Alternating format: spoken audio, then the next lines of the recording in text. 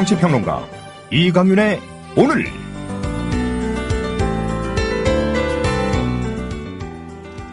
안녕하십니까, 이강윤입니다. 12월 18일 목요일 시작합니다. 지탄받을 일은 땅콩 조현아 부사장만이 아닙니다. 국토부의 땅콩 회항 초동조사와 거짓말은 국토부가 얼마나 썩었고 부정직한지를 여실히 보여주고 있습니다.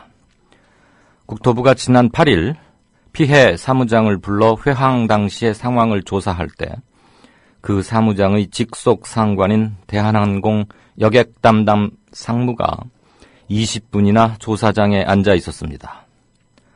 사무장이 당시 상황을 있는 그대로 자유롭게 진술할 수 있었겠습니까?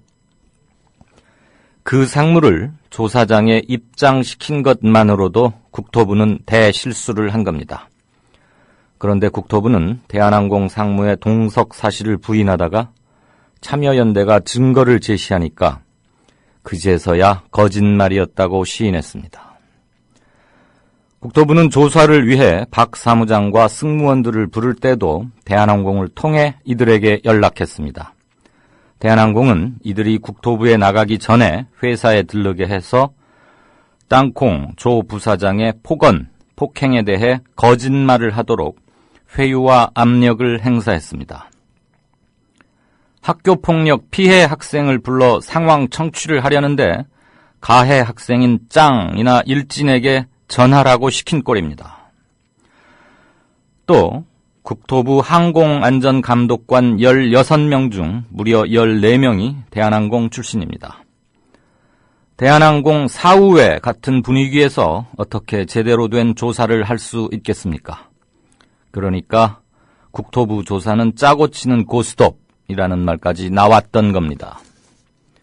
국토부는 또 기내난동의 결정적 목격자인 1등석 승객 등의 명단과 연락처를 대한항공이 넘겨주지 않아서 조사에 어려움을 겪고 있다고 16일 기자브리핑 때 밝혔습니다.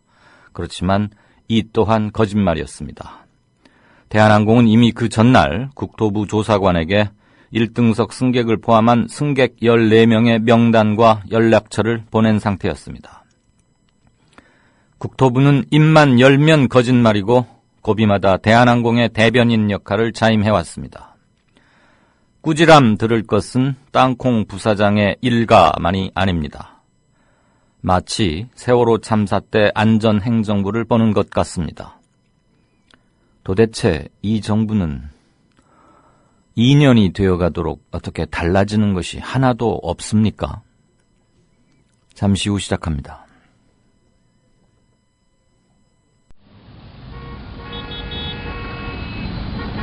부장님, 대리운전은 뭐 부를까요? 대리운전 블랙박스 주는 1800-6606 대리운전이 있지 않은가? 20회 이용시 블랙박스를 주는 1800-6606 블랙박스 대리운전이요? 그럼 검색창에 블랙박스 대리운전을 검색해보게. 홈피에는 다양한 사은품들도 있다네. 저기 부장님, 블랙박스 대리운전에서는 국민TV에 후원도 한다면서요. 자네도 블랙박스도 주고 후원도 하는 1800-6606 이용하게. 역시 대리운전은 1800-6606.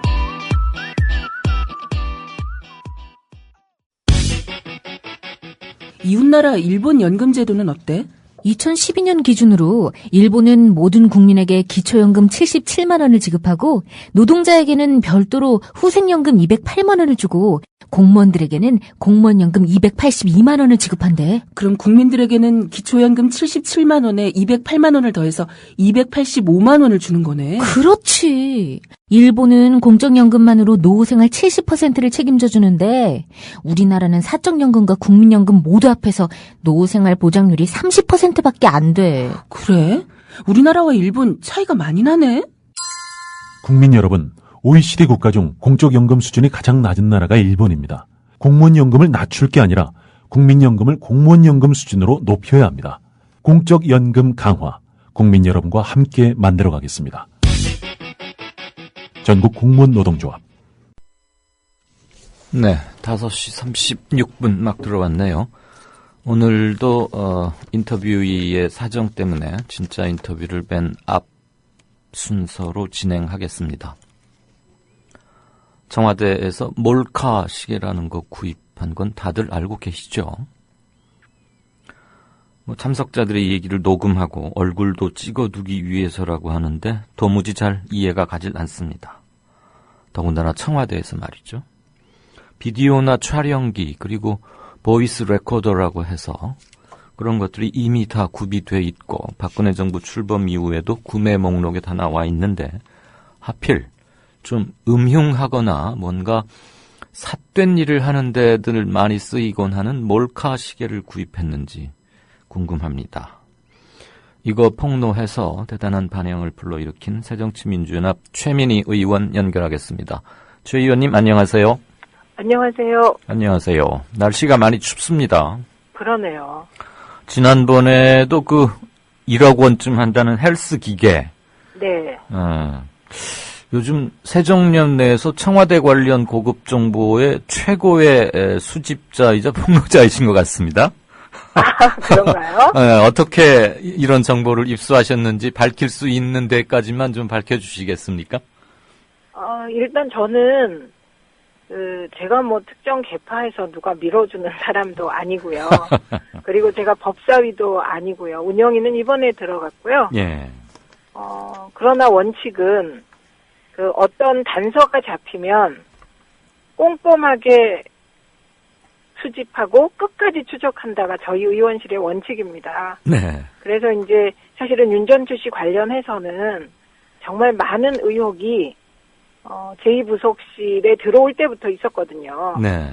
그게 이제 잠깐 이슈가 되고 없어지고 그러잖아요. 그렇죠. 그런데 이제 저희는 그런 일이 있으면 계속해서 추적을 하고 작은 단서를 추적하다가 윤전추 트레이너 건 그 자료 입수하게 됐고요. 그리고 자료도 저희가 어디 음험한 곳에서 받은 게 아니고요. 조달청을 통해서 받았다는 게 중요합니다. 공식 정보군요. 국가기관에. 네, 그것도 저희가 조달청에 공식적으로 자료 요청을 했고 자료가 오지 않아서 제가 직접 조달청장을 만나서 요 자료 요청했는데 내일까지 달라. 자료 안 주면 가만히 있지 않겠다. 네.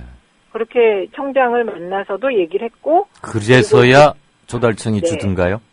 네, 그런데 거기서 이제 조달청이 왜 그랬는지 이제 청와대가 구입하는 물품은 두 가지예요. 하나는 조달청을 통해서 구입하는 게 있고요. 예. 다른 하나는 청와대 자체가 구입해서 조달청에 이러이러한 걸 샀다.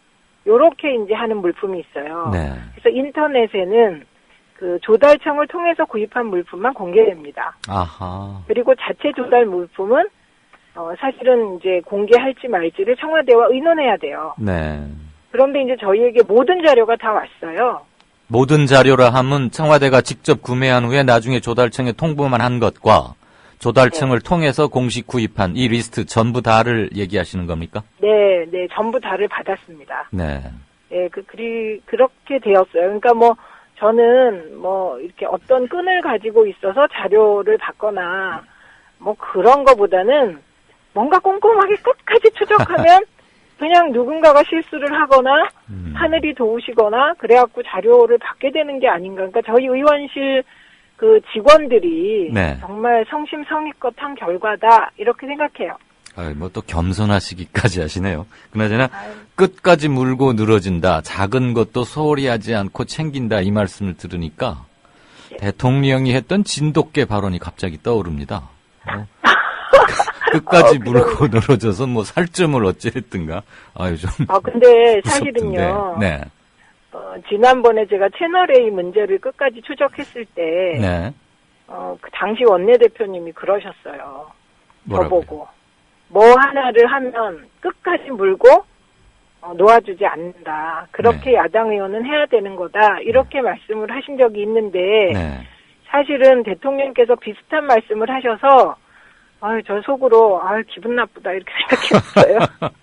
그러나 비례대표 의원으로서 의정 활동에 전범을 보이고 있다. 그런 평을 듣는 의원 중에 몇 분이신 건 뭐 많은 분들이 인정하는 바고요. 아까 조달 총장을 만나서 직접 왜 안 주느냐. 원래는 네. 의원실에서 의원실 도장 찍어가지고 서류로 발송하면 네. 국가 기밀이거나 이런 게 아닌 한 네. 일단 줘야 하고 제출하지 못할 때는 제출 사유서라는 걸 내게 돼 있지 않습니까? 그렇습니다. 그런데 그것도 말을 잘 안 들어서 이제 만나서 촉구를 했다 그랬는데 나중에 네. 자료를 줘놓고는 조달청장이 와가지고 자료를 회수해 가려고 뭐 그런 해프닝도 있었다면서요? 네, 그때 이제 저희가 운영위를 앞두고 있었는데 운영위와 예결위를 앞두고 조달청 직원들이 그 자료를 좀 그 다음날 아침부터 저희 사무실에 진을 치고 있었다고 합니다. 그리고 네. 조달청장이 저를 몇 번이나 찾아오고 거의 막 뒤를 따라다니시고 심지어 원내대표실에 제가 가면 거기까지 오셔서 자료를 회수해야 한다 뭐 이렇게 얘기를 하셨어요. 그래서 자료를 회수해야 될 법적 근거가 뭐냐 제가 이렇게 물어봤죠.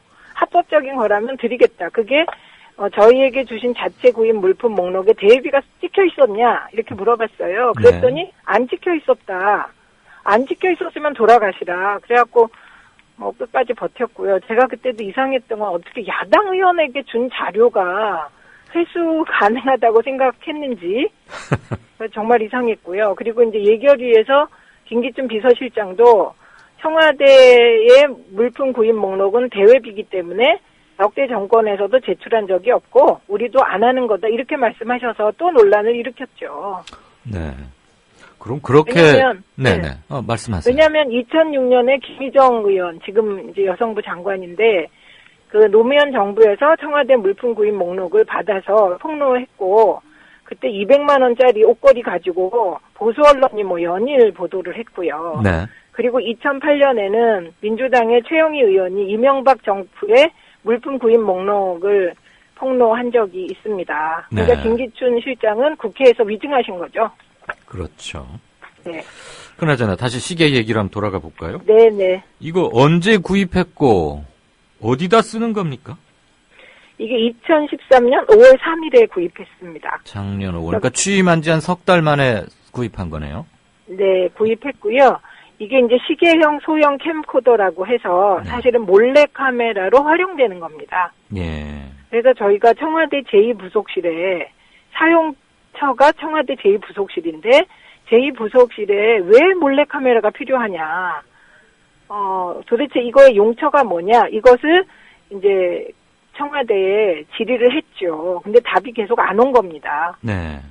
그래서 저는 10월에 이 물품을 받았는데 계속 청와대에 답을 질의를 하고 답을 받고 이제 추가 취재를 하면서 자료는 받았지만 공개를 안 하고 기다리고 있었는데 그러던 차에 이제 청와대 권력 암투 문건 사건이 벌어진 거죠. 예. 네. 그래서 답이 계속 안 왔어요. 안 오다가 네. 이제 12월 8일 날 온 거죠. 이 몰카 시계는 누가 손목에 차고 다니면서 누구를 찍는 용도로 쓴답니까? 그러니까 모르죠. 근데 저희가 추정할 수 있는 건 이겁니다. 남녀 각 한 개씩 샀거든요. 예. 근데 김기춘 비서실장이 운영위에서 답변하기를 그 비서 중에 여성은 윤 전 추행정관 단 한 명뿐이다. 이렇게 얘기를 했어요. 네. 그러니까 여성용은 윤 전 추행정관이 쓴다고 봐야 되지 않을까. 네. 이렇게 생각하고요. 나머지 하나도 안봉근 제2부속실장이나 뭐 그쪽에서 쓰는 걸로 추정이 되지요? 사용 네. 위치가 제2부속실이니까요. 예. 예, 그래서 저희는 물어본 겁니다. 누가 쓰냐? 예. 어디에 쓰냐? 왜 청와대 제2부속실에 이런 이상한 물건이 있냐? 이렇게 물어봤던 것이죠. 네. 그런데 이제 답변이 왔죠. 몇 가지가. 왔는데요. 네. 내용이 처음에 대통령 비서실 연설 기록 업무를 효율적으로 수행하기 위해서 구입했다. 네. 구입 후 현재까지 연설 기록 비서관실에서 보관 관리하고 있다. 이게 물품 취득 원장의 사용 위치 정보는 제2부속실로 기록돼 있는데 구입 후에 연설 기록 비서관실에서 보관 관리하고 있어 정정 조치했다. 이런 답이 왔습니다. 네. 그러니까 사기는 제2부속실 돈으로 명의로 산 거지만 실제 쓰기는 연설 비서관실 쪽에서 쓴다 이거죠? 그렇게 왔는데 그것도 좀 석연치가 않게 들리는데요. 다 이상하죠. 그래서 이제 이후에는 조금씩 말이 바뀌면서 현재까지 뭐 몇 가지 논리로 이제 이 시계 몰카를 샀다 이렇게 얘기를 하고 있습니다. 그래서 첫째는 연설기록관실에서 제2부속실에 부탁해서 시계 몰카를 샀다. 네. 이건 팩트로 그들이 얘기한 거고요. 아, 네. 그다음에 이제 두 번째는 그래서 연설기록관실에서 쓰는 건데 실수로 제2부속실이 용처로 계속 기록돼 왔는데 저희 의원실에서 문제 제기를 해서 보니까 그래서 연설기록관실로 고쳐놨다 이제는 네. 이런 거고요. 그다음에 세 번째는 이제 대통령을 수행하고 뭘 찍으려다 보니까 글씨도 쓰고 그래야 되는데 이게 이렇게 뭐 리코더를 손에 드니까 힘들어서 이 손목에 시계를 차고 하면 편하지 않냐 요 얘기했고요. 그다음에 여러 명이 환담을 할 때 목소리와 얼굴이 구별이 안 될 수 있으니 목소리와 얼굴을 맞춰보기 위해서 시계형 뭐 몰카를 샀다는데 저희는 뭐 이 해명이 다 의혹을 더 키웠다고 생각합니다. 그러게요. 그렇다면은 정말 만약에 그 말을 믿어주고 싶어서 믿으려고 한다면 네. 그리고 청와대에서 이루어지는 모든 행위는 공적인 것이고 옛날에 사초처럼 기록으로 다 남는 거 아니겠습니까? 그럼요. 그렇다면 모든 회의에서 발언자들이 여러 명이어가지고 음성과 그 음성의 주인공이 헷갈릴 수가 있어서 좀 기록을 해야겠다 싶으면 아예 공식적으로 비디오 레코더나 뭐 캠코더 카메라 이런 거를 해서 녹화를 정식으로 하면 되는 거지. 무슨 그렇습니다. 흥신소 직원들이나 쓸 것 같은 그걸로 한답니까? 그러니까 이게 다 말이 안 되는 건데요. 그 점에 대해서 혹시 추가 질문은 안 하셨나요? 했고요. 저희가 그 의혹에 대해서 두 가지 추가 이제 질의서를 보냈습니다. 하나는 네. 당신들 말을 믿겠다. 그러면 최근에 환담용으로 시계 몰카를 썼으면 가장 최근 자료 보내라. 그렇죠. 네. 도대체 누구를 찍었는지 우리가 보고 싶다 이런 거고. 네. 그다음에 이제 연설기록 비서관실에서 이제 물품을 살려면 물품 창고 목록이 있잖아요. 예. 그래서 그 서류 보내라. 그거 최근에 다시 만들어서 보내지 말고 2013년 5월 3일에 품위한 품위서를 보내달라. 네, 이렇게 네. 두 가지를 요청해놨습니다.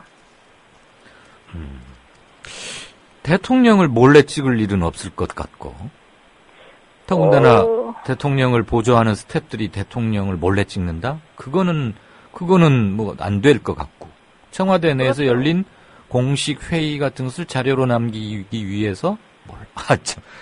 그것도 설득력이 없고요. 말이 안 되죠. 그나저나 제2부속실이라는 것은 원래는 대통령의 배우자를 이렇게 네. 하는 곳이죠.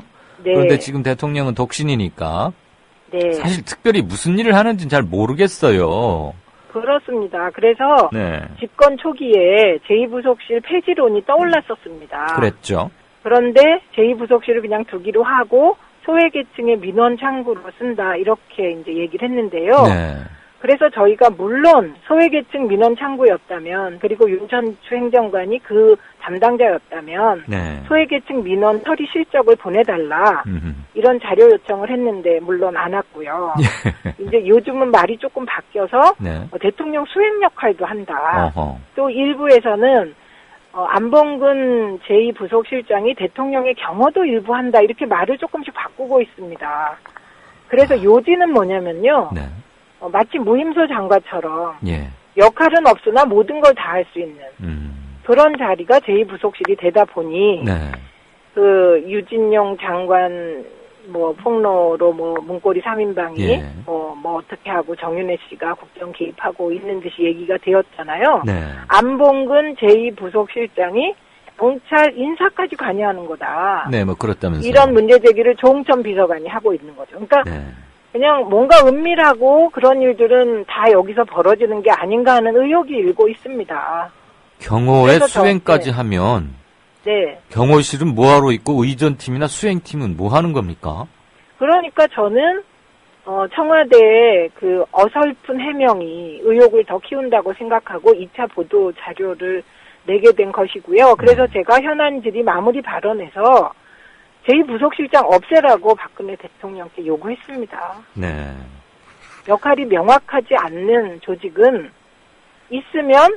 일을 만들어야 하잖아요. 그렇죠. 그렇기 때문에 문제가 생길 수 있어서 저는 없애는 게 맞다고 생각합니다. 그나저나 그 정치 블로거로도 유명한 I.M. 피터 네. 그분의 얘기를 들어보니까 그나마 또 좀 비싸게 샀더라고요, 이 시계를. 아, 그랬나요? 남자용은 9만 원, 여자용은 네. 한 4만 원쯤 비싸게 샀답니다. 아, 그렇군요. 그 I.M. 정말 피터. 요즘 블로거들은 대단합니다. 네네. 특히 I.M. 피터님의 그 정보력과 뭐 수집력, 분석력 이런 거 대단한데 이거 네. 인터넷으로 다 이렇게 주문이 되나 봐요. 네. 근데 뭐 53만 원, 두 개 합쳐서 53만 원쯤 뭐 이렇게 샀다고 네. 그러더라고요. 아, 네. 아, 그건 그냥 여담입니다. 네. 아니 뭐 저 해군은 저 2만 원짜리 USB를 뭐 100만 원에 샀다든가 뭐 그렇게도 사니까 해군보다는 청와대가 알뜰 쇼핑한 거죠. 네. 그나저나 최근에 그 네. 새누리당 의원 중에서 아주 막말 국회의원의 품위를 의심케 하는 사람 중에 하나로 꼽히는데 이노근 의원으로부터 네. 인격 모독적인 비난을 들었어요. 좀 된 얘기인데 그때 뭐 좀 네. 자세히 그 전후 어간의 사정을 좀 들려주시겠습니까? 네, 일단 이제 그 사실 자체만 말씀드리면 제가 이제 제2부속실에 몰카가 있고 이 몰카의 용처가 의심스럽다. 네. 이게 누군가를 감시 미행하는데 쓰는 게 아니냐, 누구를 미행하는 거냐, 그리고 대통령은 정말 안전하신 거냐 이렇게 물었어요. 안전하시냐? 어허. 네, 왜냐하면 지금 앵커께서도 제일 처음에 저에게 이 말씀하신 게 대통령을 찍은 건 아니겠냐 이렇게 그냥 의심을 하셨잖아요. 그러니까 네네. 그냥 그런 생각이 자연스럽게 든 겁니다. 그렇죠. 아무리 생각해봐도 제2부속실에서 왜 몰카를 가져야 되냐. 그래서 의혹을 제기했더니 그 다음에 이제 그 의원이 이제 발언 차례셨는데요. 올라오시자마자 무려 앞에 3분, 4분? 네. 그 정도를 그냥 제 비난에 쓰셨죠. 뭐 버릇을 고쳐야 되고 공상소설 쓰고 있다 그러면서 삿대질 하시고 막 일방적으로 막말을 퍼부으신 겁니다. 네. 그래서 이제 사실관계는 그렇고요. 그러다 보니 당연히 저희 당 의원님들이 말도 안 되는 짓을 하니까 항의를 하셨고요. 네. 그리고 이제 국회의장께서 이제 부의장이 의장을 하고 있었는데 네. 정가균 부의장께서 조용히 하라고 중재를 시키셨어요. 그런데 이제 이 사태를 보고 제가 신상 발언을 요청해서 이제 발언을 했죠. 있을 수 없는 일이고 사과해야 되고 네. 그런 식으로 왜 야당 탓을 하냐 청와대 주변에서 벌어진 일을. 네. 그리고 저를 고쳐주기 위해서 그러면 조용히 뒤로 불러서 말씀하시지 공개적으로 이럴 이유가 뭐가 있느냐. 이제 이렇게 신상 발언을 했고요. 예. 그런데 이 과정에서 이제 두 가지 정도 제가 꼭 드리고 싶은 말씀이 있었는데요. 네. 우선 첫째는 이거를 언론들이 막말 공방으로 몰고 가는 거 제가 너무 억울해요. 아, 예. 저는 한마디도 막말 안 했습니다. 그 막말을 퍼부음을 당한 거고요. 네. 그럼에도 불구하고 정말 최대한 자제해서 그 반박을 한 것이고요. 그래서 결국 이노근 의원의 사과를 받았습니다. 네. 그런데 이노근 의원 말고 2차로 또 새누리당 윤모 의원께서 예. 거의 이제 자기 본인 질의 다 하고 마지막에 읽으셨어요. 막 제 이름을 10번쯤 언급하면서 국회의원 자질이 없다. 이런 의혹을 제기하는 게 이런 식으로. 네. 그래서 또 한 번 이제 큰 소리가 오갔고 제가 헌정사상 처음으로 두 번째 신상 발언을 하게 되었죠. 네. 예, 그래서 이거는 막말 공방이 아니라는 거. 네. 야당 의원이 청와대 몰카 의혹을 제기하니까 여당 의원들이 완전히 청와대 이중대처럼 청와대를 옹호하고 야당 의원의 그 발언을 폄훼한 사건이라는 거. 그래서 네. 언론들께 꼭 말씀드리고 싶었고요.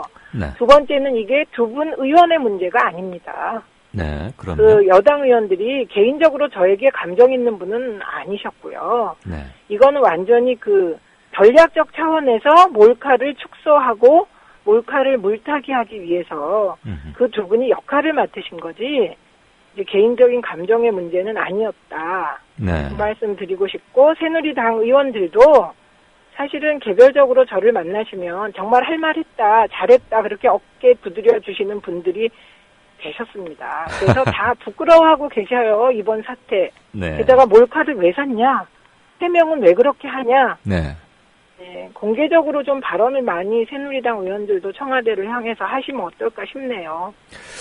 예, 아주 점잖게 말해주시니까 네. 그 이노근 의원이나 또 다른 유모 의원의 그 품위가 더 이렇게 대비되어 보이는데 방금 중요한 지적 이제 그 의정을 논함에 있어서 여당 의원들의 행투, 특히 청와대의 뭐랄까요? 행동대장 또는 뭐 돌쇠처럼 의리의 돌쇠처럼 네, 막 네. 이렇게 해서 좀 눈에 들려는 그런 네. 거는 그냥 우리가 뭐 그렇게 한다고 치고라도 한국 언론 특히 우리 또 최 의원께서는 국회 들어가기 전에는 언론 관련 이제 초지 일관으로 쭉 해오셨는데 많이 느끼셨겠지만 네. 무슨 일을 논란 또는 공방 네. 이렇게 네. 야마를 잡아서 몰고 가는 우리나라 언론들의 그 관행적인 기사 작법 사실 네. 이것도 함께 짚어봐야 하고 반성이 필요한 대목이긴 하죠. 특히 이번에 네, 맞습니다. 네, 이번에 그 이른바 막말 공방이라는 제목으로 보도되었던 것의 속내를 듣고 보니까 네. 그건 완전히 리드멘트를 잘못 쓴 그리고 네. 호도하는 제목이었군요. 네, 그렇습니다. 그것 좀 꼭 알아주시고요. 그거, 그리고 제가 네. 진짜 억울한 게요. 예. 저희 당 의원들, 특히 여성 의원들 몇 명 정말 열심히 하는 분들이 계신데 네. 요즘 다 지친 거예요. 지친 이유가 다른 게 아니고요. 아무리 열심히 해도 네. 욕을 하시니까 점점 지쳐가는 것 같아요. 그래서 저희가 모여갖고 그럼에도 불구하고 끝까지 열심히 하자 이렇게 결의도 하고 그러거든요. 그러니까 못하면 질책하더라도 저희들이 열심히 하면 좀 격려도 해주시면 어떨까요? 아이고, 네, 기꺼이 해드려야 되고요. 그렇다고 네. 절대 같은 급으로 놓으시면은 문제가 되니까 조금 참으시고, 그럴수록 네. 품위를 지키시면 조금 시간은 걸리겠지만 그 진정성의 대비 효과는 더 크지 않을까 싶고, 시간이 조금 네. 되어가는데 마지막 질문 하나 여쭙겠습니다. 네. 2월 8일 날 전당대회가 열립니다. 그리고 이른바 네. 빅3 의원들은 어제 동시에 비대위원직을 동시에 사퇴했죠. 네. 한간에 알려지기로는 우리 최 의원께서 문재인 의원 전 대선 후보 문재인 의원과 상당히 가깝다. 이것도 뭐 정치적 대변인 뭐 이렇게까지는 아니더라도 많은 걸 상의하고 네. 초선 네. 의원이지만 이런 얘기들을 하시는데 네. 뭐 동의하세요? 불만은 아니시죠? 아니, 저는 1480만이 지지하고 정말 좋은 분인 문재인 의원과 가깝다는 말이 네. 뭐 그게 왜 나쁜지 모르겠습니다. 알겠습니다. 이제 네. 제 질문은 이겁니다. 네. 문 의원이 뭐 꽤 유력한 후보로 지금 얘기가 오가고 있습니다. 네. 대선 후보로도 지금 계속 그 잠재적 가능성이 열려 있는데 이번에 네. 만약에 당대표에 된다면 네. 너무 일찍 표적이 되는 거 아니겠는가. 그리고 네. 항상 우리나라 여야 관계를 보든 야당사를 보든 네. 당대표가 이렇게 좋게 끝난 적이 많지 않았기 때문에 네. 조금 그런 쪽에 우려를 표명하는 분들도 계시는데 그거에 대한 우리 최 의원의 견해는 어떠십니까? 그런 우려들이 다 충정이라고 생각하고요.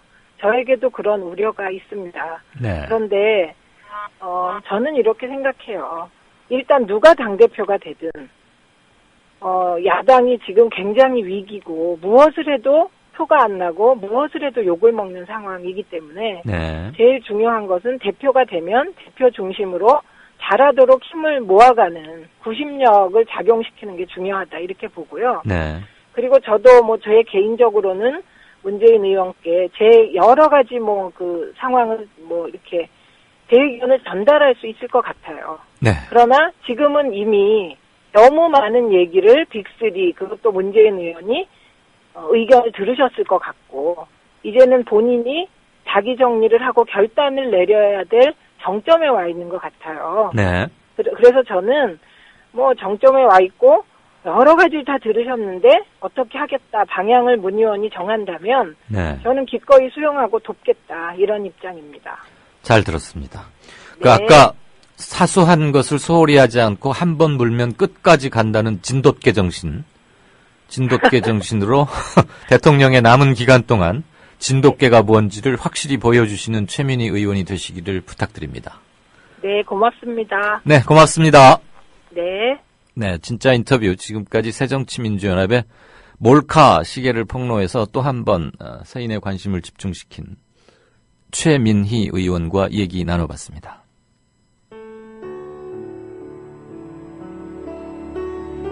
경남 거창에 사는 조합원 백함나무님. 남편의 유언으로 온 가족이 미디어 협동조합원이 됐습니다. 라디오 비평 들으실 때마다 아이고 속이 시원하다 이렇게 하시더라고요. 본인이 먼저 하시고요, 가입을. 예, 그 뜻을 이제 알았기 때문에 손자, 손녀 6명까지 그렇게 이제 다 가입을 하게 됐지. 작고한 부부는 왜 국민TV 조합원 가입, 이것이 이 시대에 꼭 필요한 언론운동이라고 확신했을까요?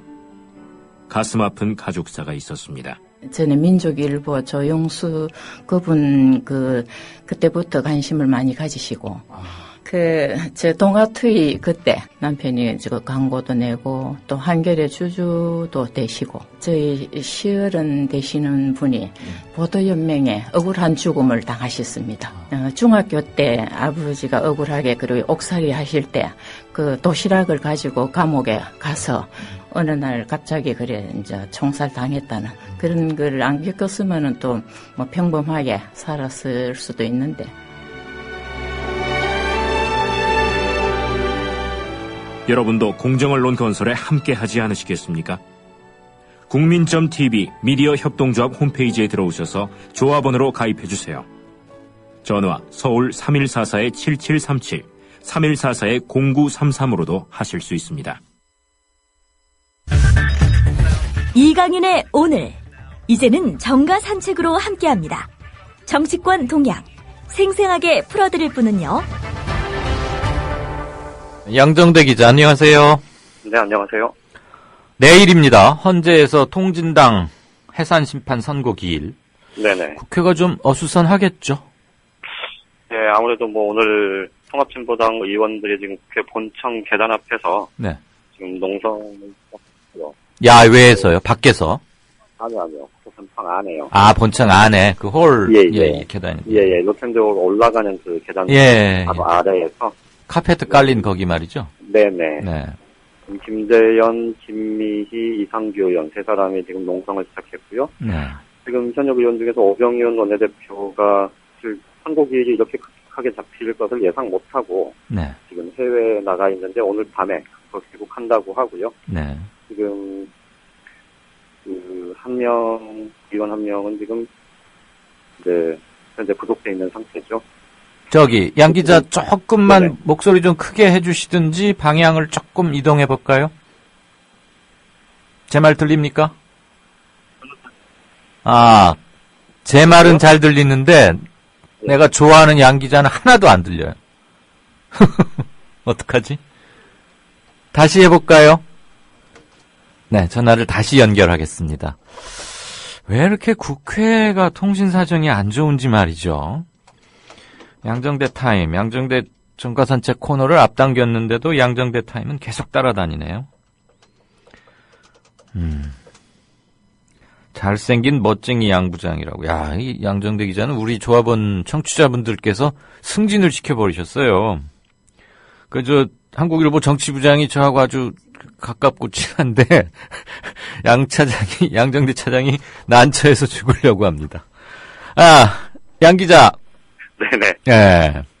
여기 지금 잘생긴 멋쟁이 양부장이라고 써놨네. 양정대 부장님 어서 오십시오. 빨리 이리 오세요. 부장 승진시켜드릴게. 자, 계속합시다, 얘기. 네네. 지금 3명의 의원이 지금 국회 로텐도홀 바로 아래 계단 앞에서 지금 농성을 하고 있고요. 저기까지 말했어요. 지금 이석기 의원은 구속이 돼 있는 상태죠. 예. 그리고 지금 오병이원 원내대표가 지금 선고기일이 사실 급박하게 지금 잡힌 것 아닙니까? 네. 이게 지금 헌재 소장이 직권으로 이 날짜를 잡은 거여서 그 사실 모르고 이제 해외 출장을 나갔었던 이 오병현 원내대표 오늘 밤에 이제 그거 귀국한다고 하고요. 네. 지금 통합진보당 당원들은 지금 당사 앞에서 촛불 집회를 지금 아마 시작을 했을 것 같습니다. 네.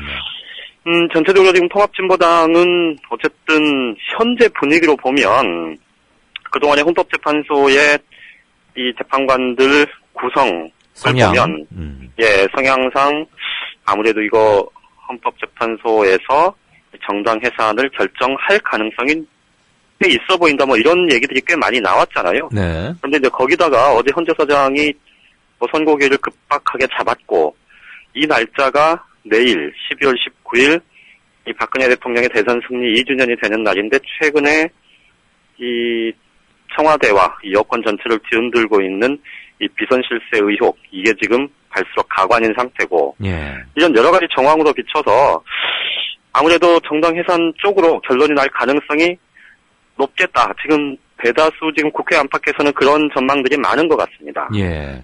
참고로 네네. 어제 제 이강윤의 오늘 프로에서 이상규 의원 인터뷰를 좀 길게 했거든요. 네. 가장 염려하고 있는 게 바로 지금 양 기자가 말한 그 대목이고, 이렇게 급히 잡은 것, 그 다음에 이석기 의원 내란 음모죄에 대한 3심 대법원. 그렇죠. 대법원 판결도 지금, 네. 최종심도 나오지 않았는데, 서둘러서 하는 것은 뭐 법리적으로도 문제가 있고 좀 정치적 압력이 아니냐, 이런 견해를 표명했다는 건 참고로 얘기를 드립니다. 예, 네, 예. 계속하시죠. 그래서, 그런데 이제, 오늘 좀 여야 정치권의 움직임을 보면, 새누리당에서는 사실상 지금 내일 헌재 결정이 정당 해산 쪽으로 결론이 나는 것을 거의 기정사실화하는 분위기입니다. 그러게요. 당의 공식 회의석상에서도 얘기가 나왔고, 또 하태경 의원처럼 평상시에 이 통합진보당 활동에 대해서 굉장히 좀 비판적이었던, 또 비난을 쏟아냈었던 의원들이 앞다퉈 마이크를 잡고, 어쨌든 헌법재판소, 헌법기관의 이 독립적인 헌법기관의 결정인 만큼 따라야 하고, 그에 대해서 이 정치권의 혼란을 가중시키는 일은 없어야 한다. 이렇게 지금 거의 해산을 기정사실화하는 그런 분위기가 역력한데, 네. 반면에 야권에서는 새정치민주연합은 사실 당 차원에서 지금 언급하는 것 자체를 굉장히 부담스러워하는 모습입니다. 네. 왜 그렇죠? 아무래도 그동안에 이제 워낙 색깔론과 연결 지어서 이런저런 피해를 봤다는 피해의식도 있는 것 같고, 예. 또 통합진보당 일부 당원들, 일부 의원들의 언행, 이런 것들에 대한 비판적인 여론, 이런 것들을 좀 많이 의식하는 것 같기도 하고요. 네. 다만 이제 정의당에서는 이 헌법재판소가 이 정당해산 심판 청구를 정부가 한 것도 문제고, 네. 또 헌재가 이를 각하하지 않고 결론을 내려 하는 것도 사실은 이 민주주의의 대의제 기본 원칙을 부정하는 거다. 이렇게 이제 공개적으로 지금 반발을 하는 상황입니다. 내일 결론이 어떻게 날지에 따라서 네. 전국에 굉장한 폭풍이 불가피할 텐데, 예측을 좀 해봐 주시죠. 해산 결정 아니면 아니다, 법무부가 잘못했다, 이건 계속 존치해라, 이렇게. 법무부가 잘못했다, 존치해라, 이렇게 얘기를, 그러니까 결론을 내리게 되면, 예. 실은 차찬 속의 태풍처럼 끝날 거고, 네. 만약에 다른 현안이 없다면 이 현안 때문에 정부 여당이 좀 궁지에 몰릴 수도 있겠지만, 네. 지금 그거보다 오히려 더 큰 건이 지금 터져 있는 상태여서, 네네. 큰 영향은 없을 것 같고요. 네. 대신 이제 정당 해산이 결정이 되면, 네. 이게 최근에 황선 그리고 신은미 씨, 네. 이 토크 콘서트에 대해서 사실 이 보수 진영에서 거의 이 종북 바람몰이 하는 것과 같은 이런 분위기도 지금 이제 서서히 이제 달궈지기 시작한 상황이어서, 네. 많은 청취자분들이 50년대 독일에서 이 공산당 해산되고 할 때, 네. 결국 그 주요 이 당직을 맡고 있었던 사람들에 대해서 사실상의 이 정치권에서 쫓아내는 숙청 작업이 이루어졌다는 것과 아마 아시는 분은 아실 텐데, 네네네. 이 통합진보당의 주요 정치인들이 사실상 정치 활동을 금지당하는 그런 사태까지 내몰릴 수 있고, 그렇죠. 이 통합진보당 주변 사람들 입장에서는 강력한 반발, 이런 것들이 이 또 다른 이 정치권에 굉장히 큰 후폭풍을 몰고 올 가능성이 꽤 있어 보입니다. 다만 좀 꼼꼼하게 살펴봐야 될 부분 하나가, 네. 이제 이런 정당해산 심판 결정이 내려졌을 때, 실제로 보면 과거 민주노동당이 이 그러니까 진보신당하고 갈라진 다음에 다시 이제 통합진보당으로 합쳐지고 거기에 유시민 전 의원을 비롯한 참여당 계열이 거기에 결합하면서 이 현재 통합진보당의 강령, 조직 노선 이런 것들은 과거 민주노동당 시절보다 훨씬 더 완화되고 네. 이 합리적으로 이 바뀌었다는 게 대체적인 평가거든요. 네. 그런데 이제 그것에 대해서 해산 심판이 내려진다면 결국은 이 우리나라 진보정당 운동의 토대 이런 것들이 좀 제자리를 잡기 굉장히 어려운 그런 상황과 조건이 도래한다는 점. 예. 이게 결과적으로 보면 당장은 뭐 특정 정치권의 유분리가 있을 수 있지만 좀 길게 보면 우리 사회 전반에 좀 굉장히 부정적인 여파를 가져올 가능성이 높다. 이런 점은 좀 분명하게 인식을 해야 되지 않을까 싶습니다. 그렇죠. 사상과 양심의 자유 그리고 정치활동의 자유가 어디까지 허용되는지 그런 점에서는 헌정사상 대단히 큰 의미를 갖는 일일 수밖에 없다. 그렇죠. 내일 특히나, 오전에 특히나 진짜 뭐 여당에서는 뭐 법조인 출신이라는 의원들도 뭐 어디 이게 우리나라만 있는 일인 줄 아느냐 뭐 이렇게 얘기를 하는데 네.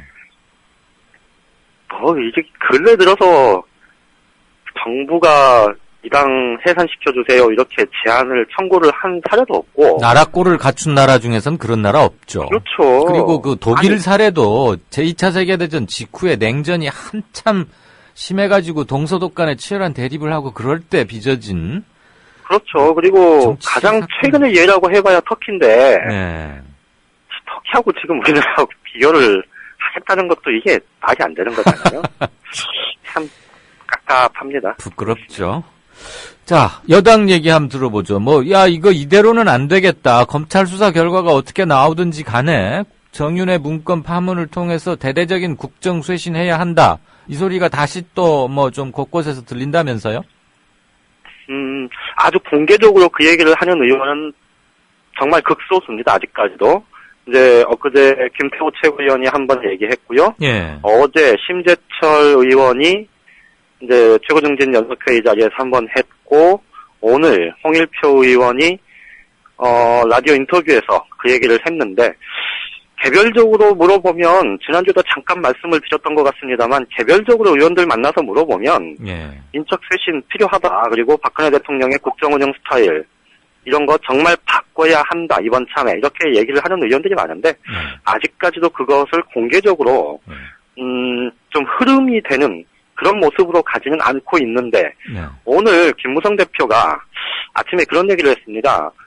내일이 이제 대선 승리 2주년이 되는데 이 대선 승리 당시에 우리가 국민한테 약속했던 것 얼마나 지키고 있는지 박근혜 대통령이 이 100% 대한민국 얘기했고 이런 거 얼마나 지켜지고 있는지 우리가 좀 반성하고 되돌아봐야 된다 이런 취지의 얘기를 했는데 지금 김무성 대표가 지난주에도 한번 이런 얘기를 한 게 있습니다. 검찰 수사 결과를 일단 지켜보는데 검찰 수사 결과에 따라서 잘못된 게 있으면 적극적으로 시정을 해야 되고 필요하다면 청와대에 당 차원에서 강력하게 요구하겠다 이런 얘기도 한 게 있습니다. 근데 그동안 이제 워낙 김무성 대표가 뭐 이렇게 좀 납작 엎드리는 듯한 그런 모습으로 비춰진 게 사실이고 또 전체적으로 보면 여야가 이 공방을 벌이는 데 있어서 김무성 대표도 야당의 공세에 대해서는 적극적으로 방어하는 그런 이제 모양새를 취했기 때문에 뭐 많이 부각되지는 않았습니다만 김무성 대표의 오늘 발언까지를 좀 연결지어 놓고 보면 비주린 김무성 대표 입장에서 보면 일방적으로 청와대를 옹호하는 건 아니다라는 그런 모양새를 보여주기 위해서 굉장히 좀 노력하는 고민하는 그런 모습이 읽혀지기도 합니다. 그러니까 다시 말하면 지금 큰 흐름에서는 여전히 이 새누리당이 전체적으로 지금 청와대를 감싸고 도는 듯한 그런 모양새이긴 하지만 이 언제든 이 청와대의 좀 문제점 그리고 박근혜 대통령의 국정운영 스타일에 대한 지적 이런 것들이 당에서 좀 터져 나올 가능성은 이제 열려지기 시작한 것 같다 이렇게 보시면 될 것 같습니다.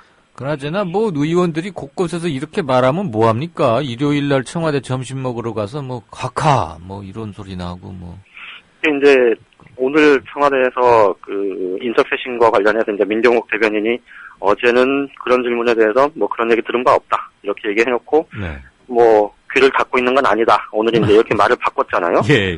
이 청와대 대변인 하기도 참 힘들 것 같은데 어쨌든. 근데 이제 그러면서 지금 당에서 나오는 얘기가 이완구 총리론이 다시 지금 거론되기 시작하는데 예.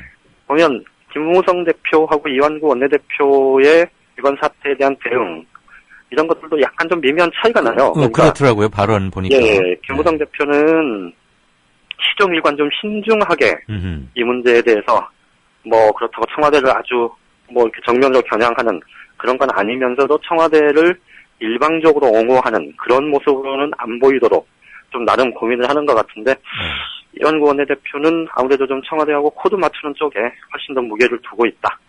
이런 모습도 좀 하나의 좀 옆에서 지켜보는 좀 관전 포인트가 아닐까 싶습니다. 예, 수위 조절을 굉장히 신경 쓰면서 뭐라고 한마디 살짝 걸치려고 하는 것 같아요, 김 대표가. 그렇죠. 네네. 네, 잘 들었습니다. 네네. 내일 또 한 번 연결하죠. 고맙습니다. 네, 고맙습니다. 네, 정가산책 한국일보 양정대 차장이었습니다. 대한항공에 근무하는 줄 알았는데 땅콩항공에서 근무해온 박창진 사무장. 어제 KBS와의 인터뷰에서 그건 가이드라인이 벌써 정해져 있었고 네. 어떻게 보면은 시나리오처럼 짜여져 있는 부분이 벌써 정해져 있었기 때문에 네. 그 당사자인 화를 내신 분이 예. 화를 낼 수밖에 없었던 정당한 이유를 만들어 놓고 거기에 대해서 인정을 하라고 얘기하는 거였어요. 그분의 잘못을 지적할 수 없기 때문에 네. 너가 다 또 다른 승무원들이 다 잘못한 거다라고 얘기를 하라고 해서 최초에 제가 심화서를 쓰게 됐습니다.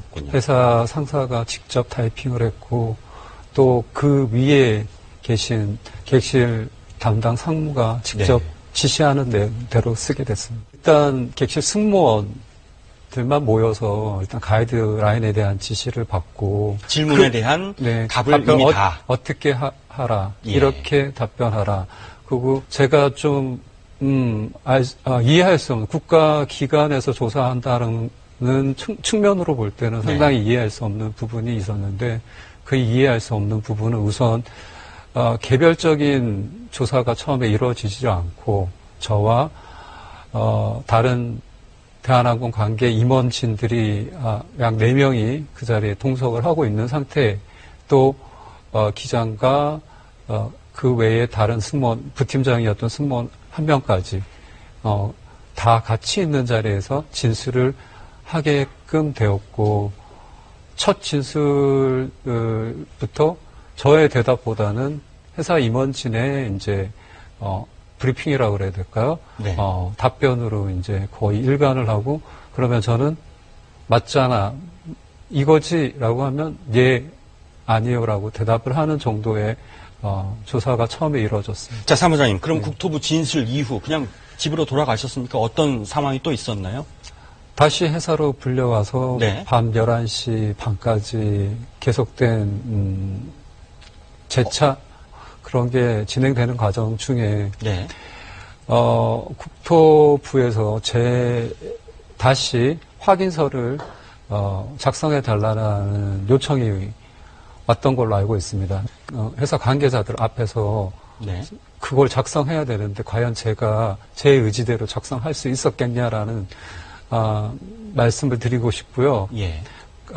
그 다음에 제가 작성하는 그 작성서조차도 마치 초등학생이 받아쓰기를 잘못했을 때 선생님이 다시 써와라고 하는 것처럼 수차례의 지시에 의해서 수정을 거치면서 작성을 하게 됐습니다. 몇 번이나 작성하셨습니까? 약 10회에서 12회 정도 작성했던 것 같습니다. 문제가 커지자 조 전 부사장이 박 사무장님께 사과를 하기 위해서 찾아갔다 그랬는데 없어서 쪽지를 남겨놨다고 했습니다. 그 쪽지 혹시 보셨습니까? 그래도 조금이라도 저는 진정성을 가지고 사과를 할 거라고 생각을 했으나 전혀 준비된 사과도 아니었고 그 사감은 한 줄 한 줄에 저를 배려하는 사과의 진정성이 담긴 말은 없었습니다. 그래서 그 사람은 변하지 않았구나라고 저는 생각했습니다. 그 사람이 변한 건 하나 있지요. 생전 단 한 번도 안 해봤을 이 말을 내뱉었으니까요. 국민들한테 한마디 해주시죠. 죄송합니다.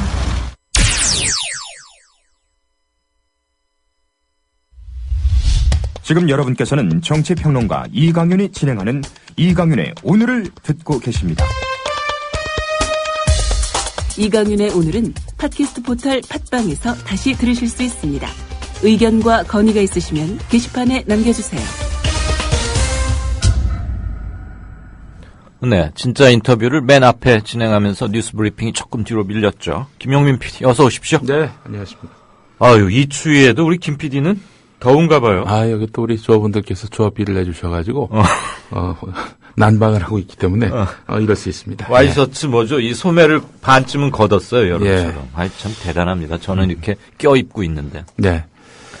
자, 이거, 엊그제 지금 좀 곤혹스럽게 뜬데, 문희상 새정치연합 비대위원장, 조양호, 그 땅콩 부사장의 아버지. 하고 뭐 고등학교 선후배라고 그러는데 처남 취업 부탁했고 뭐 일 안 하면서 한 8억쯤 돈 받았고 이거 가지고 뭐 근데 새누리가 땅은 별로 또 신경 안 쓰는 것 같아요. 공격도 안 하고. 개그맨 김구라 씨가 저를요 정치평론계의 문희상이다 이렇게 얘기한 적이 있었는데 그 김구라 씨가 공황장애 때문에 오늘 또 병원에 입원했다는 얘기가 그래요. 나오더군요. 자, 문희상 위원장. 문희상 위원장에 대해서 당대표 아닙니까, 사실상? 사실상이 아니라 사실이지. 네. 새누리당이 공세를 퍼부을 만도 안 돼 말이죠. 김무성 대표가, 문희상 위원장 쪽에 처남 취업 청탁 사건이 언론에 보도되기 시작한 지난 16일쯤에 당내에 문희상 위원장에 대한 공격 자제령을 내렸다고 합니다.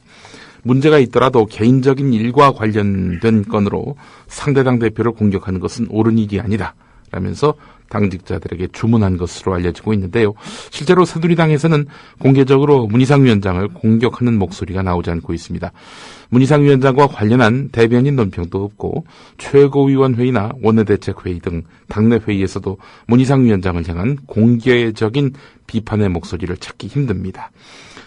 김영삼 전 대통령으로부터 통 큰 정치를 배운 무성대장 스타일의 단면을 보여주는 일이다. 누군가 이렇게 또 호평을 했다고 하는데 문희상 위원장도 며칠 전에 김무성 대표에 대해서 꼼수 안 부리고 당당하게 가는 통 큰 정치인이다. 이렇게 호의적인 인물평을 내놓은 적도 있습니다. 새누리당 내부에서는 김무성 대표의 자제령보다는 비선 실세 국정개입 의혹 등 여러 현안 탓에 야당 대표까지 공격할 여유가 없다는 현실론도 나오고 있는데요. 문희상 위원장이 엄청나게 큰 잘못을 했다고 보기 어렵고 청와대 문건 유출과 공무원 연금 개편 같은 현안이 많은 상황에서 야당 대표까지 공세로 몰기에는 현실적으로 쉽지 않다 이렇게 말을 했다고 하는데 말이죠. 또 자기 딸 수원대 그 건도 있고 뭐 좀 캥기는 게 있었겠죠. 예, 실제로 김무성 대표 스스로가 자기 딸이 수원대 미대 조교수, 정규 교원으로 임용되는 과정에서 특혜 의혹을 받고 있는 만큼 섣불리 공격에 나섰다가는 여야 대표 모두 진흙탕 싸움에 빠질 수 있다는 점, 이 점을 의식한 탓이라는 분석도 나오고 있습니다. 자, 그러나 일부에서는 문희상 위원장에 대한 언론의 비판이 커지고 정윤회 씨의 국정개입 의혹과 관련해서 야당의 공격이 거세지면은 새누리당이 즉시 공세로 돌아설 수 있다 이런 전망도 나오고 있습니다. 그럴 가능성도 충분히 있겠죠. 자, 하여간 참 이런 생각이 좀 드네요. 김무성 대표의 그 수원대 딸 정규 교원 임용과 관련해서 새정치민주연합의 한 의원이 있습니다. 그분 이야기는 뭔 당에서 그 문제를 갖고 공격을 하지 않는다는 거예요. 김무성 대표에 대해. 아니 이럴 수가 있느냐. 분통을 터뜨리던데요. 그거에 대한 화답일 수도 있겠네요, 보니까. 그런 관측이 나왔죠. 이미. 그리고 구제역 이건 계절이 따로 없나 봐요. 이렇게 추운데도 오히려 지금 확산세라면서요? 예. 충북 음성군 원남면의 한 양돈 농가에서 발등에 염증이 생기는 이런 구제역 의심 증상을 보이는 어미돼지 10여 마리가 발견됐다는 신고가 접수됐는데 충북 음성군은 농가를 중심으로 긴급 방역에 나서면서 증상을 보인 돼지의 혈액을 채취해서 구제역 감염 여부를 조사하고 있습니다. 자, 이 농가에는 120여 마리의 돼지를 기르는 것으로 알려졌는데 이 농장 반경 500m에는 양돈 농가가 없습니다. 청주 오창의 한 양돈 농가도 8마리의 돼지에서 발굽 출혈과 수포 증상이 나타났다. 이런 신고가 있었습니다. 이 농장은 5개 축사에서 5,400여 마리의 돼지를 사육하고 있는데 음성과 청주에서 감염이 확진되면은 충북에서는 진천 7곳 증평 1곳에서 10번째로 구제역이 발생하는 겁니다. 네. 2011년 당시엔 이랬었죠. 2011년이 아니라 2010년이었군요. 그때도 이제 구제역이 확산될 때 야당이 그 장외 집회를 하는 바람에 전국을 돌면서 이렇게 구제역을 확산시켰다. 이랬던 한나라당 아니었습니까? 그 당시에 미디어 악법이라고 해서 네. 종편 허가법 이거 통과해 줄 때였거든요. 예. 통과시켰을 때입니다. 한나라당이 강행해서. 예. 그때는 야당 탓을 했는데 이번엔 누구 탓을 할까요? 예. 근데 참 이게 걷잡을 수가 없다라는 표현이 적절한 것 같습니다. 이게 뭐 점점 번지고 있고 손도 못 쓰고 있고요. 왜 이러는 건지. 근데 이렇게 자주 발생하는 것도 참 문제고 4년 전에 그렇게 전국이 다 난리를 치르지 않았습니까? 네. 곳곳에 살처분해서 묻고 그래서 그 부근에 지하수 오염 뭐 이런 것도 많이 지금도 그 있는데. 부작용이 계속 나타나고 있지 않습니까? 도대체 왜 이걸 이렇게 뭐 세월호건 돼지 구제역이건 뭐 하나 제대로 자 그리고 민관군 뭐 병영혁신위원회 이제 이런 게 있어서 활동을 좀 하는데 군대 갔다 오면 구학점으로 인정해주자 복무 보상점 하자 뭐 예. 이런 얘기 그 받아들인답니까? 일단 그 혁신위의 이런 그 권고기 때문에 뭐 확정된 아니라고 말할 수는 없습니다만은 네. 사회적 논의가 필요할 것 같습니다. 네. 일단 그 병영문화혁신위원회는 2병, 1병, 상병 병장 이렇게 4단계인 병사의 계급 체제를 2단계에서 3단계로 단순화하고 개인의 희망과 특성을 고려해서 병사 특기를 부여할 것을 권고했는데 자 그러면서 군복무를 정상적으로 이행한 병사가 취업할 때는 만점의 2% 이내에서 복무 보상점을 부여하는 제도를 도입하라고 이렇게 권고를 했습니다. 네. 사실상 가산점인 복무 보상점 부여 기회는 개인별로 5회로 제한하고 가산점 혜택으로 인한 합격자 수는 전체 10% 내로 제한하도록 했습니다. 복무 기간 중징계를 받은 병사는 복무 보상점 부여 대상에서 제외하도록 한 내용도 있습니다. 네. 자, 그러나 1999년에 헌법재판소가 군 가산점 제도에 대해서 헌법상 평등권과 공무 담임권을 침해한다면서 위헌 결정을 내린 바 있거든요. 향후 추진 과정에서 논란이 예상됩니다. 네. 그 형평성 문제는 반드시 제기가 될 것 같아요. 여자와의 문제도 있고 대학을 가지 않는 남성 중에 군대를 가는 사람 경우에는 어떻게 보상을 해줄 것인가. 네. 그런 문제가 있는데 근본적으로 이제 군내에 만연해 있는 터무니없는 권위주의 이런 의식들이 개혁되지 않고서야 그렇죠. 뭐 그리고 이게 이런 것들이 그 윤일병 사건 그다음에 총기 난사 사건 이런 거 뭐 하는 과정에서 지금 부수적으로 나왔다가 뭐 채택하는 모양인데. 예.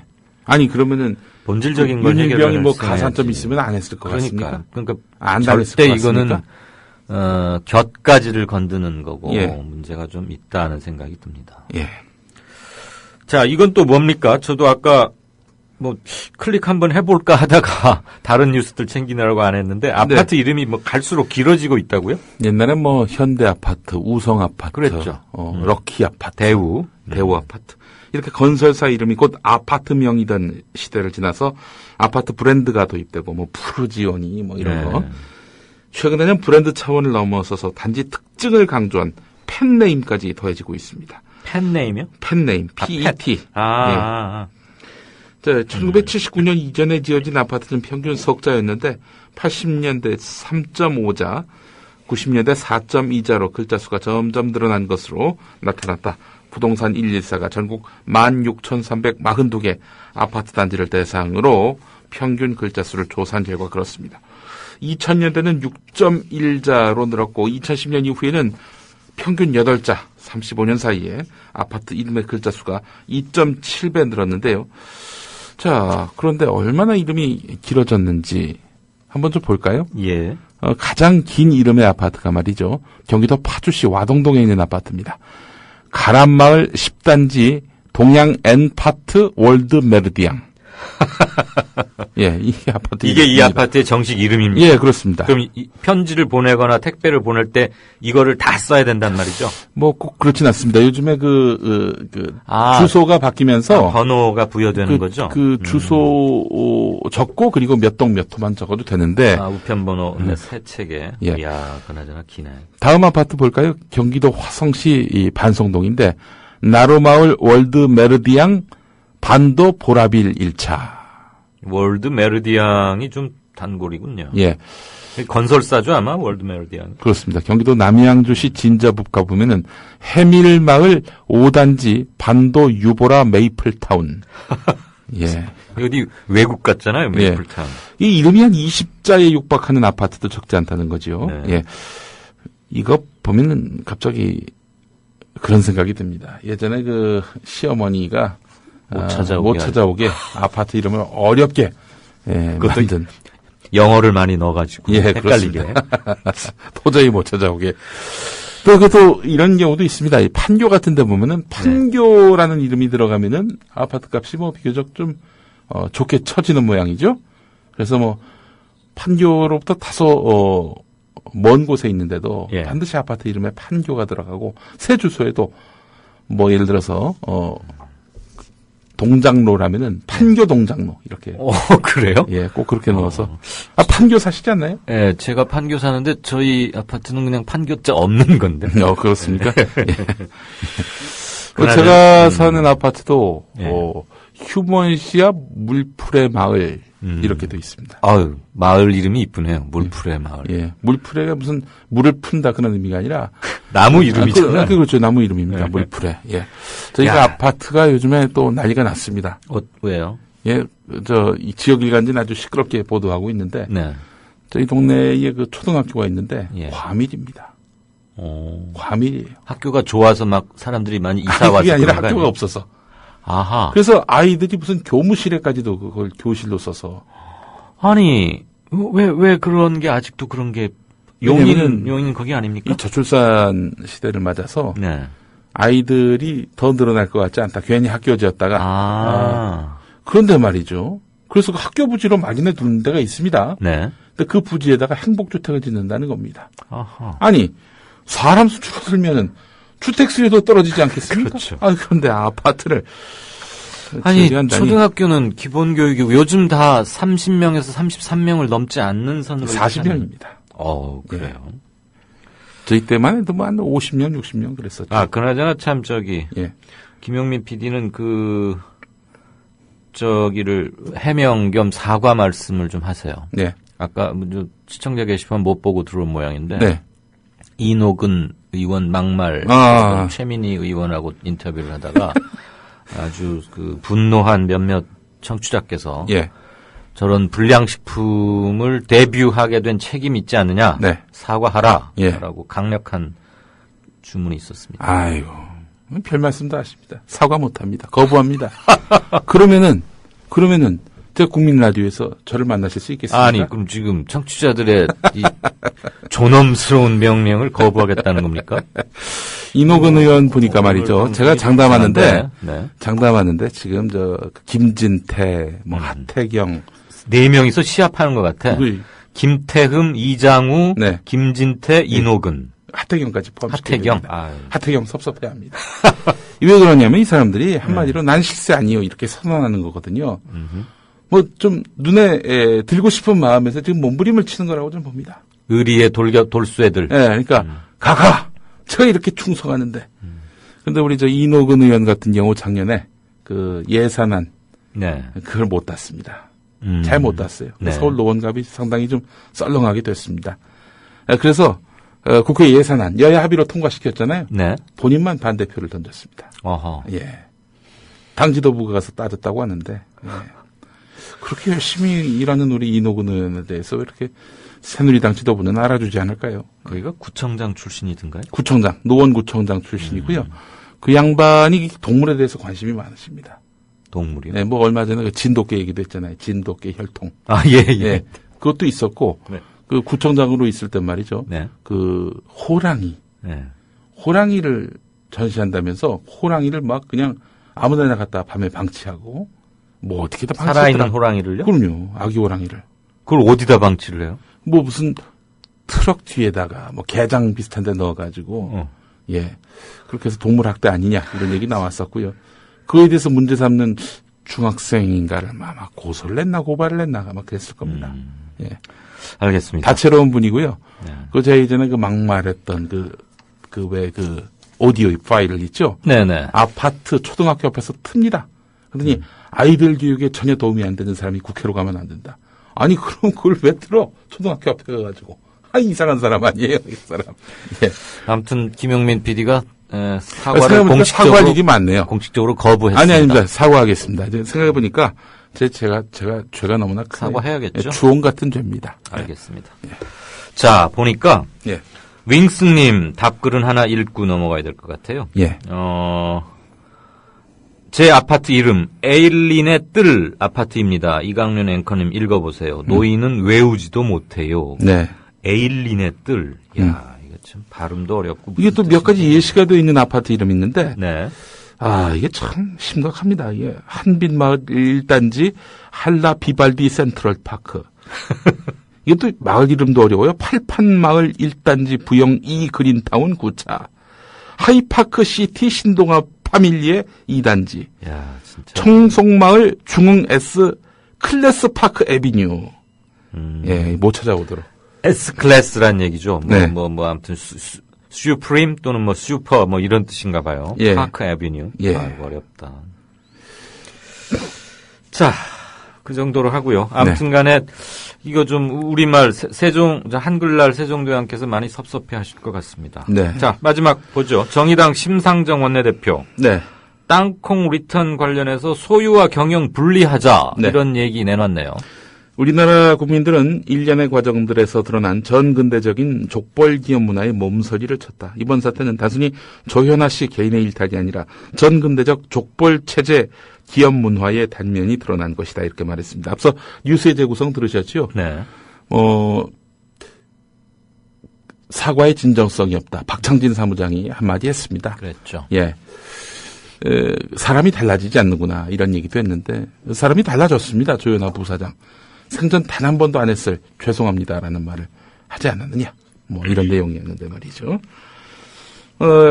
심상정 원내대표는 이번 사건을 계기로 조현아 씨와 대한항공에 대해서는 이런 문제를 바로잡을 수 있다는 믿음을 주기 위해서라도 법적으로 엄격하게 처벌해야 할 것이며, 두 번째로 대한항공 경영에 대한 발본적 쇄신을 위한 혁신안이 제시돼야 할 것이다. 세 번째로 책임 부서인 국토교통부의 부실 봐주기 수사에서 드러난 이른바 칼피아.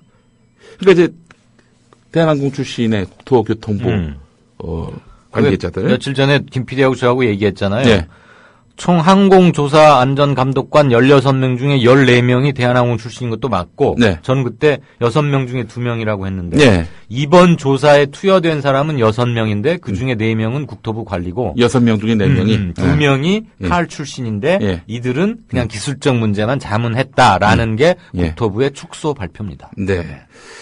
맞는 말씀입니다. 사실 그 다른 나라 같은 경우도 이제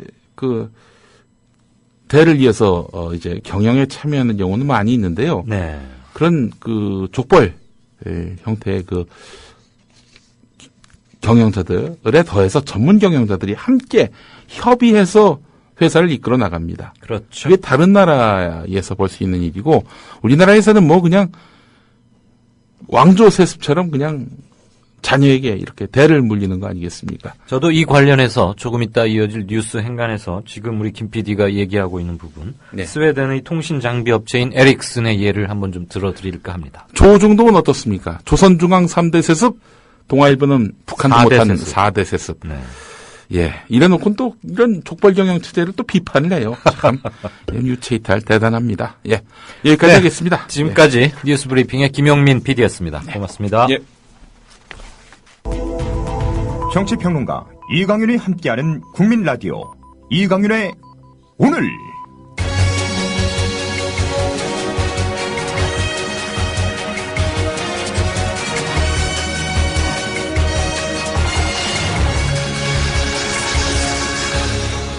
이강윤의 예리한 시각. 이제는 뉴스의 행과 간을 짚어냅니다.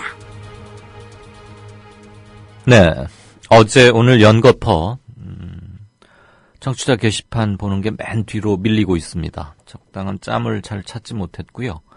전화 연결들이 계속 이렇게 바로 인터벌 없이 이어지다 보니까 조금 양해 말씀 부탁드립니다. 쿠우님, 우리 지역에 새로 생기는 아파트 이름이 동원 3차 로얄 듀크 비스타. 4차는 또 뭐가 붙을지. 좀 고상해 보이고 유명한 영어는 다 갖다 좀 붙이는 모양이에요.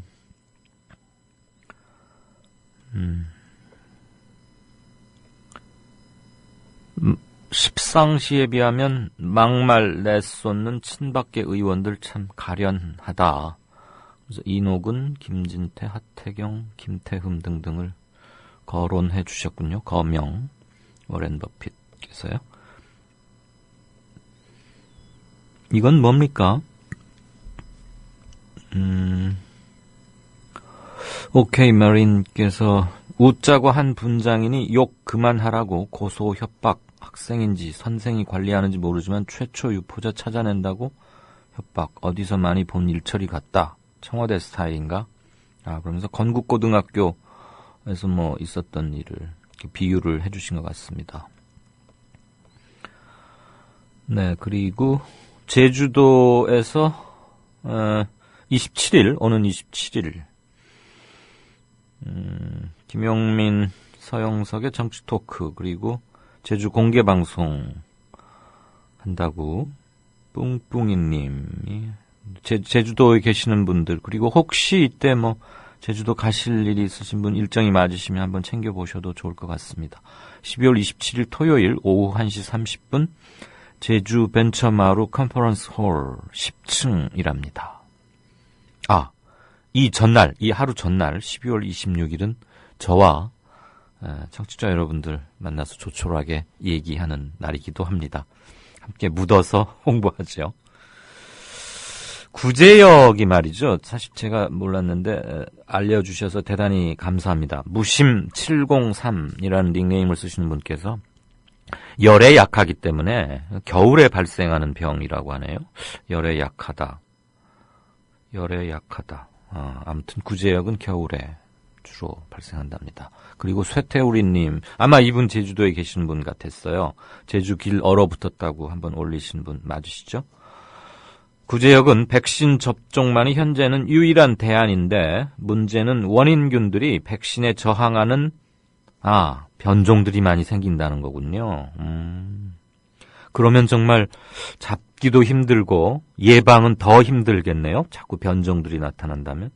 그렇다면 이렇게 그냥 속수무책 당하는 수밖에 없나 보죠.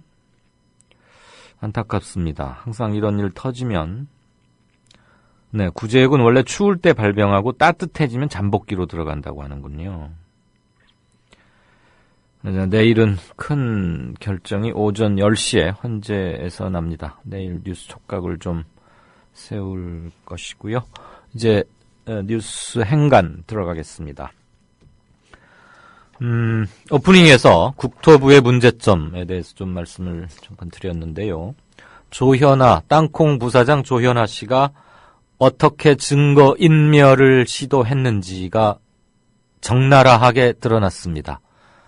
여러분이 어느 수준을 상상하셨건 그 상상 이상입니다. 기사의 제목은 조현아가 허위 진술 지시하고 상무가 각본을 짰다 라는 한겨레 톱 기사를, 한겨레 단독 기사입니다. 먼저 일부분 들으시겠습니다. 대기업이 온갖 잔머리를 굴렸다. 어떻게든 감추려고 덮으려고 온갖 추한 짓을 다 했다. 검찰 관계자는 어제 조현아 전 대한항공 부사장에 대한 사전 구속영장 청구 결정 배경을 이렇게 정리했다. 재벌 3세가 대기업 총수 일가이자 임원이라는 지위를 이용해 수백 명의 승객이 탑승한 항공기를 회항시킨 뒤 기내 안전을 책임지는 사무장을 강제로 내리게 하고 이런 사실이 알려지자 처벌을 피하기 위해 임원들을 사적으로 동원해 진술 조작까지 한 것을 이렇게 표현한 것이다. 검찰 내부에서는 조 전 부사장이 증거를 감추고 덮으려던 것이 결국 스스로에게 족쇄가 됐다는 평가가 나온다. 네. 그 문제점, 대한항공 이 사건이 터지고 나서 땅콩 부사장과 대한항공 측에서 취한 조치의 문제점들은 많이 아실 거고요. 그건 생략하겠습니다. 그리고 국토부의 문제점도 오프닝에서 말씀을 드렸으니까 그것도 일단은 논외로 하겠습니다. 시간이 그렇게 많지는 않아 보이네요. 문제는 이 사건이 벌어진 것은 미국 시간으로 5일 밤이었습니다. 그리고 한국의 첫 보도는 8일이었죠. 한겨레 신문이 아마 제일 먼저 썼던 게 아닌가 싶은데, 대한항공은 땅콩 회항 사건이 언론에 알려지기 전에, 그러니까 아직 보도되기 전에, 그렇지만 내부 보고는 있었죠. 조현아 씨가 길길이 뛰면서 흥분을 했고 난동을 피웠고, 램프 리턴이라는 것은 당연히 기록에도 남는 거고 대단히 이례적인 거니까 상황 보고서 같은 게 작성하지 않겠습니까? 그래서 언론에 나기 전에 자체 진상조사를 했습니다. 대한항공이. 그럴 때 조현아 씨의 폭언 사실 등이 담긴 최초 보고서가 작성이 됐습니다. 그 담당자는 강제로 비행기에서 내쫓김을 당한 박 사무장의 직속 상관인 여객 담당 상무겠죠. 그냥 지금 아마 대한항공의 임원들 몇이 검찰에 소환돼서 조사를 받고 있을 겁니다. 혐의가 드러나면 조현아 부사장에 대한 사전 구속영장 청구와 별도로 이들에게도 아마 형사처벌이 이루어질 것으로 관측됩니다. 그만큼 위중한 사건이고 재벌 3세들의 관행을 뜯어 고치는 그런 걸로 삼는 게 아닌가. 또 국민 여론이 또 그만큼 큰 점도 있지만요. 지금 조사를 받고 있고 그 신원이 공개되겠지만 저는 일단 이 시간에는 그냥 A 상무라고 하겠습니다. 여객 담당 상무가. A 상무가 조 부사장이 당시에 폭언을 하고 기내 난동에 가까운 저기를 했다는 것을 이미 파악을 했습니다. 그런데 최초 보고서를 나중에 칼은 무시합니다.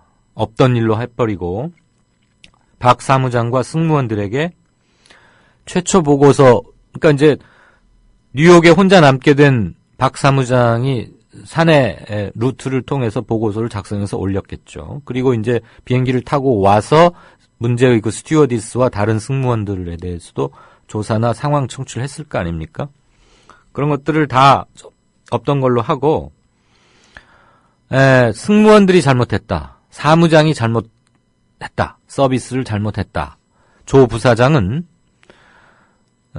기내 서비스 담당 부사장 임원의 자격으로서 그것을 지적한 것이다.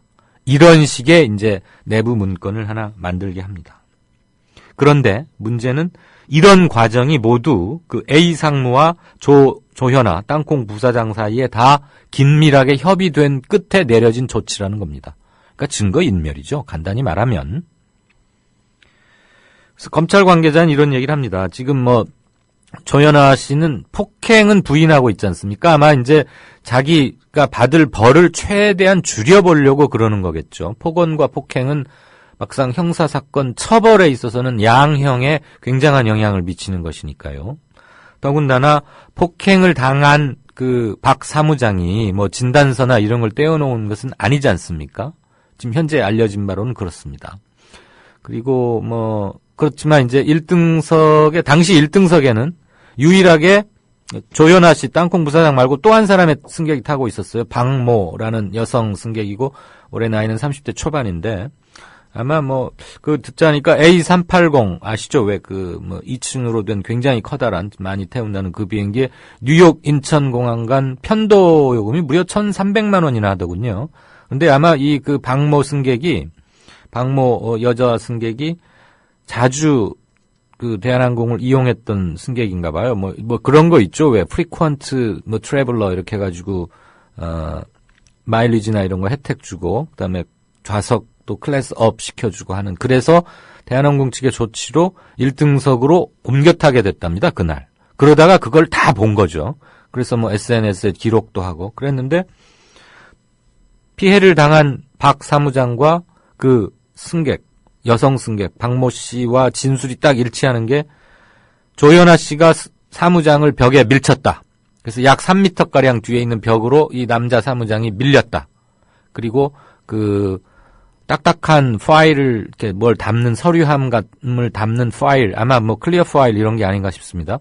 그거를 사람을 향해서 던진 건 아니지만 그 비행기 기내 벽에다가 던졌다.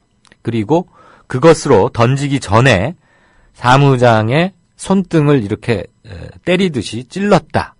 이 진술이 일치합니다. 그럼 경찰이나 검찰에서는 당연히 이걸 증거로 채택을 하는 거죠. 그래서 폭행 혐의가 입증이 되면 서령 진단서 같은 게 없다고 하더라도 죄목이 완전히 적용이 달라지는 거니까 상당히 무거운 처벌을 받게 될 겁니다. 그것을 염려해서 계속 이런 사전 증거 인멸 및 진술의 가이드라인을 줬다고 할까요?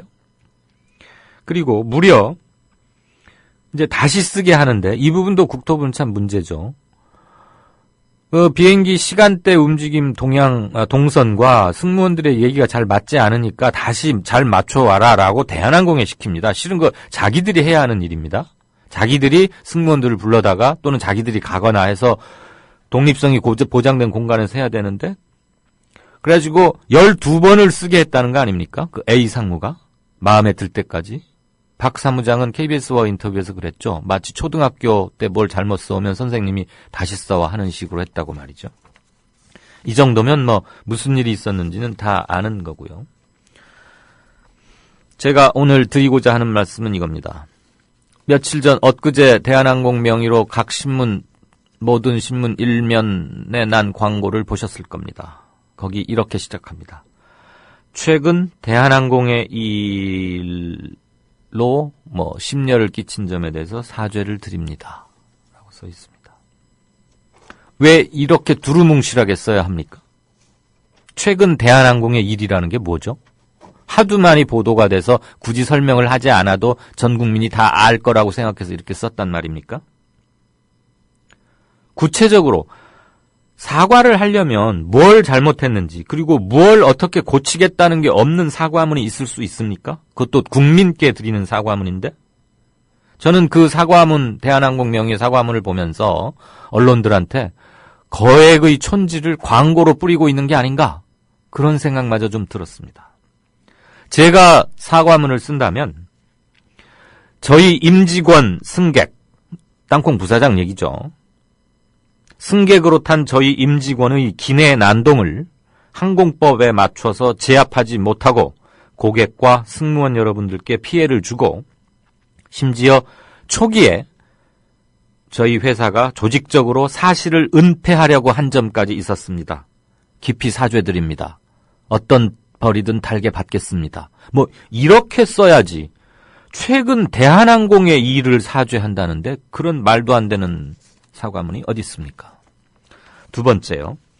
아까 심상정 의원도 제기를 했는데 우리가 지금 개인 조현아만 가지고 자꾸 이렇게 목소리를 높이고 화를 내고 그럴 게 아니고 재벌 3세의 문제점, 재벌 승계 이 점을 진지하게 따져봐야 한다고 봅니다.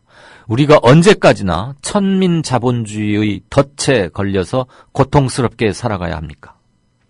이를테면 스웨덴의 통신 장비 업체인 에릭슨, 아주 유명한 데니까 많이들 아실 겁니다. 스웨덴 국내 총 생산의 30%를 혼자 차지하는 우리나라의 삼성전자쯤 되는 오히려 그보다 더 크죠.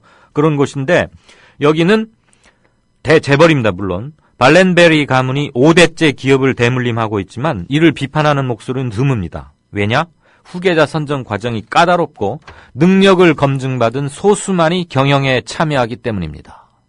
그러니까 거기서는 그리고 이들은 못된 짓 해서 밀가루 수입하고 300사건이니 또는 정권에 아부하고 돈 갖다 바치고 검은 돈을 쌓는 그런 탁부, 청부가 아닌 탁부도 아니지만 사랑받는 재벌입니다. 재벌들 사랑까지 바라지도 않습니다. 제발 못된 짓 하지 마십시오. 우리나라 대졸 신입사원 1000명 중에 딱 7명 정도가 임원이 됩니다. 그런데 30대 그룹에 근무하는 재벌 3, 4세는 10명 중 9명이 임원입니다. 자녀가 여러 명 있죠? 아들, 딸 다 임원시킵니다. 그중에 누구 하나 깜이 되는 아이를 골라서 특별히 경영 수업도 시키고 하는 게 아니고요. 누구나 다 이사를 시켜줍니다. 3, 4년 만에 이사 답니다. 눈에 보이는 게 있겠습니까? 각 가문에 노블레스 오블리주 하면서 잘 가르치라 이렇게 해서는 안 됩니다. 이제는 경제민주화 그래서 필요한 것이고 사회적 규제 필요합니다. 그런 점에서 이번에 본보기가 되도록 타의 모범이 되도록 법대로 아주 엄정한 처벌과 집행과 교훈을 남겨야 하리라고 봅니다. 뉴스 행간이었습니다. 이강용이었습니다. 들어주셔서 고맙습니다. 날씨가 풀린다고는 하지만 여전히 춥습니다. 저는 내일 오후 5시 30분에 다시 뵙겠습니다.